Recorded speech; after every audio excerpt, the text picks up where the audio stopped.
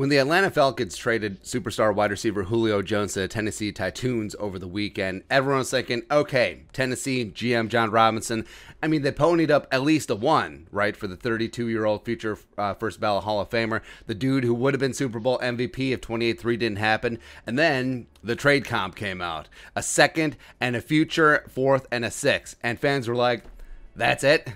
That is it. Oh, and by the way, GM John Robinson of the Titans went out of his way to praise new Falcons GM Terry Fontenot about his negotiating skills, which when that happens, you know that you rip someone off. Like, you rip someone off so bad that you actually feel bad about it. That's what happened with the Titans and the Falcons. And anytime a tier 1 wide receiver gets dealt, it all comes back to the Stefon Diggs trade. And since we're Vikings fans, we're raging narcissists. Okay, maybe just me, but what about me? What about us? And when Vikings GM Rick Spielman got the 22nd overall pick, a 5th, a 6th, and future 4th from the Buffalo Bills for Stefon Diggs and a 7th round selection, yeah, it was a big-time deal. Now, what's impressive is that, yes, Stefon Diggs was only 26, 6 years younger than Julio Jones, was on a relatively team-friendly deal, but Diggs for months had made noise about wanting out. And if you believe the reports, the deal between the Vikings and Bills GM Brandon Beane came together in a few hours on March 20th. Remember, it was right after the Cousins extension, and then Diggs tweeted, "It's time for a new beginning."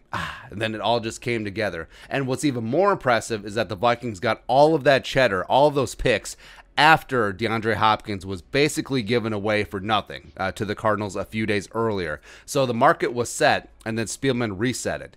And through all the various trades, the Vikings ultimately secured 5 players with the picks from the deal, sending Stefon Diggs, and then the Bills selected cornerback Dane Jackson in the 7th round of 2020. But the Vikings, of course, got Justin Jefferson, and then Kenny Wilkes that year, and then Cameron Bynum this season, Janarius Robinson, and tight end Zach Davidson. And Diggs obviously blew up last year, was great in the Dayball scheme, great with Josh Allen, etc. But getting a phenomenal young talent like Jefferson as a one-for-one replacement, and you get fun lotto tickets like Janarius and Davidson and Bynum, woo, I'm in, man. So if I'm a Falcons fan right now, I'd be pretty pissed. Like, I understand that it was a new era, new GM, and they're turning the page, Arthur Smith and company, and Julio wanted out, but they didn't get much. Like, they essentially got nada. And also, the Falcons tweeted out a picture that made it look like Julio died as a fighter pilot, like Goose in Top Gun.